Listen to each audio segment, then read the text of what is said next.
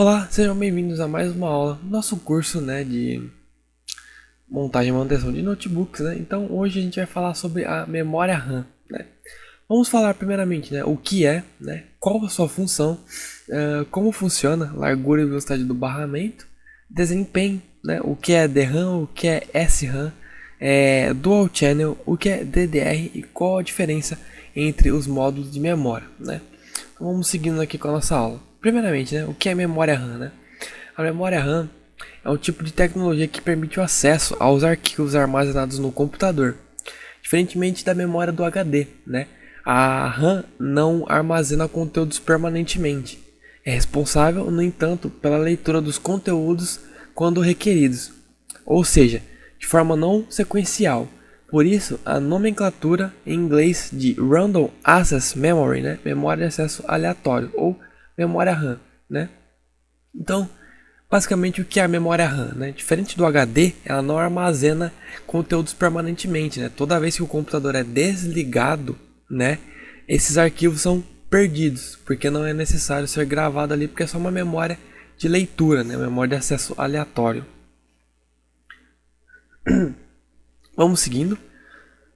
Qual a sua função, para simplificar a lógica por trás da função da memória RAM, é possível fazer uma analogia com uma mesa de estudos, onde se reúne todo o material necessário para realizar os deveres de casa, Um exemplo, como a caneta, lápis, caderno e livros. Os materiais seriam os arquivos e a memória RAM a mesa, onde tudo se reúne e o trabalho é feito. Sendo assim, a memória RAM pode ser entendida como um espaço temporário de trabalho, pois após a tarefa ser realizada, os arquivos, o material de estudo, representado na prática aqui no exemplo, são retirados da memória, da mesa, e mantidos no HD, que seria o armário onde guarda as coisas. E aí, como funciona o funcionamento da memória RAM? Assim como a mesa, quanto maior a memória RAM, maior sua capacidade de trabalho, Mas a capacidade da mesa é medida em área, Quanto maior a área da mesa, mais livros cabem e mais rapidamente se faz o trabalho. A capacidade da memória RAM mede-se pelo fluxo de bits suportado nas operações. Ou seja, para se acessar uma grande quantidade de memória no HD de uma só vez, como muitos programas atuais exigem, é necessário uma grande quantidade de memória RAM. São estes, portanto, os megabytes ou gigabytes que aparecem nas configurações. A memória RAM é um chip semelhante ao microprocessador, composto por milhões de transistores e capacitores. O capacitor é uma peça capaz de armazenar elétrons. Quando ele está carregado, o sistema faz uma leitura com base no famoso código binário de zeros e uns.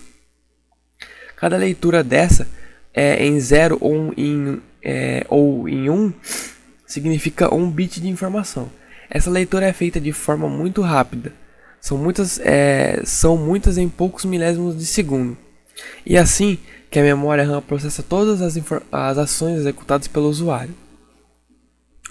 Então, só uma observação, isso acontece porque a CPU não dá conta de processar os dados na velocidade que esses são enviados, É o fato que explica a presença de memória nos processadores mais modernos, A chamada memória cache, A qual armazena os dados atuais acessados, encurtando o acesso e acelerando a leitura de dados, Então, largura e velocidade do barramento, Outras características que influenciam na capacidade de processamento da memória RAM são a largura e a velocidade do barramento, que é um conjunto de fios, entre aspas, responsáveis pela conexão da memória com os outros componentes.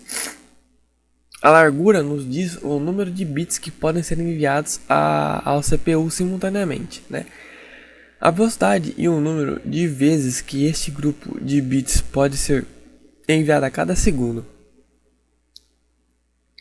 A memória comunica-se com a CPU, trocando dados e completa o que se conhece como ciclo de barramento.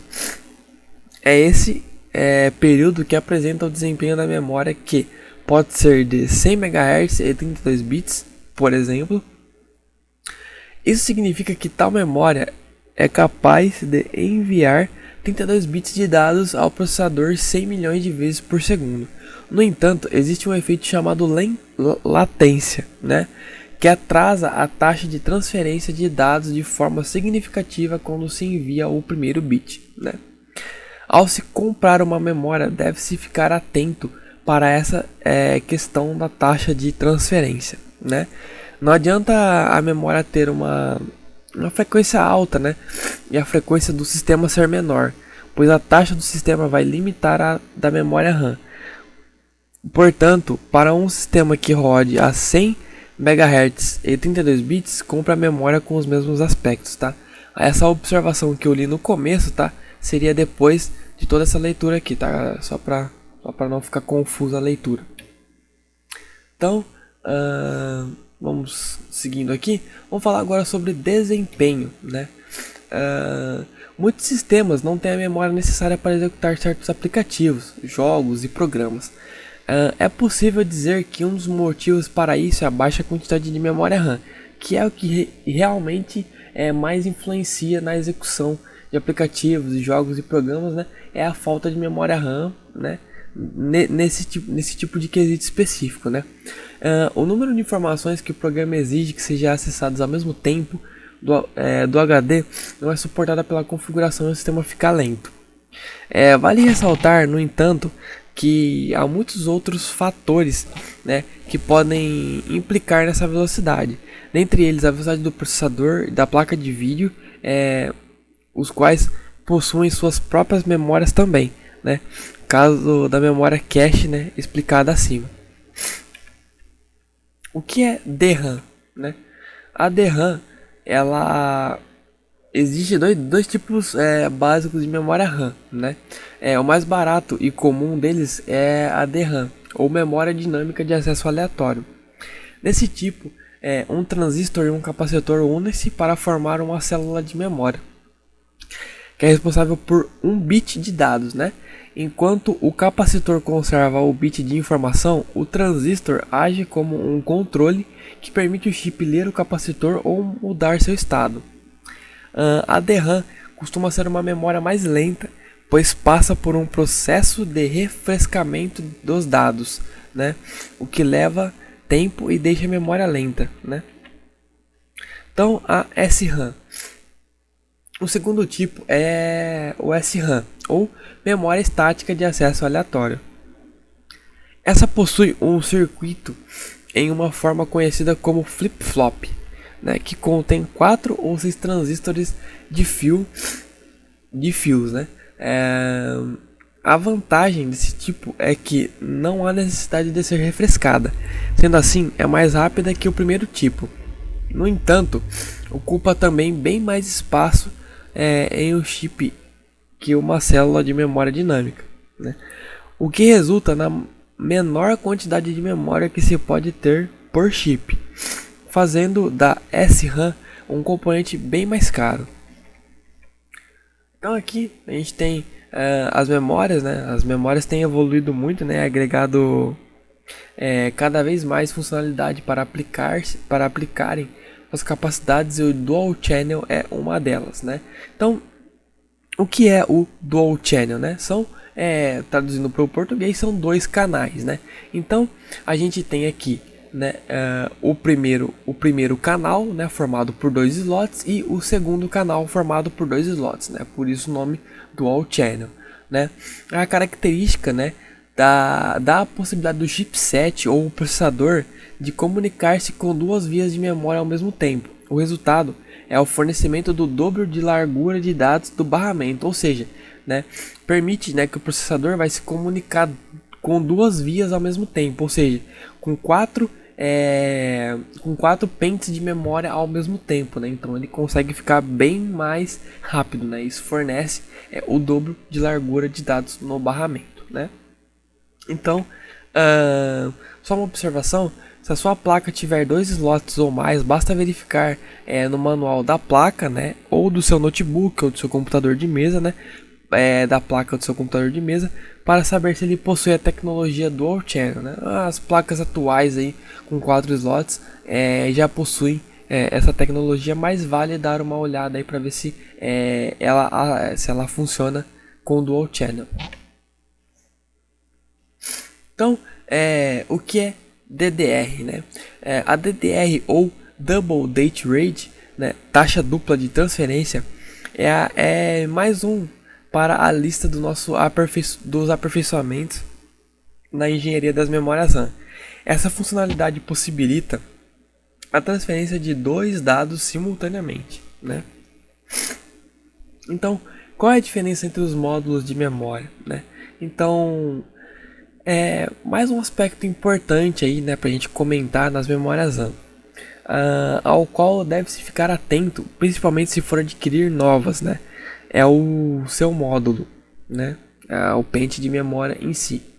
Na informática nós chamamos de módulo. Isto é, o formato dos conectores da placa de memória, né? Isso acontece porque as placas-mãe devem ter compatibilidade com o conector na memória, né? Os modelos para desktop que ficaram mais conhecidos são o SIM, né? O Single Inline Memory Module, e o DIMM, né? Dual Inline Memory Module, e o RIM, né? Rhombus Inline Memory Module. Já o modelo SODIMM serve para notebooks, né? Essas são memórias que se diferenciam essencialmente nos modos como organizam os pinos nos conectores e transmitem os dados. Você vê que para os computadores de mesa é um tipo, e já para os notebooks é um outro tipo, né? Porque tem que se adaptar ao tamanho, né? Como disse, se não me engano, acho que foi na primeira ou na segunda aula, tudo tem que se adaptar ao tamanho, né? Do computador, né? Então, chegamos ao fim, né, de mais uma aula aí. Espero que vocês tenham gostado. Se ficou alguma dúvida, deixem nos comentários abaixo. Eu vou ter o prazer de ajudar vocês a esclarecer uma dúvida. Se for necessário, faça uma aula complementar para explicar o que ficou de dúvida. Então, até a próxima aula, e essa é a CyberWord Tech, a melhor solução para você. Um grande abraço e até o próximo vídeo.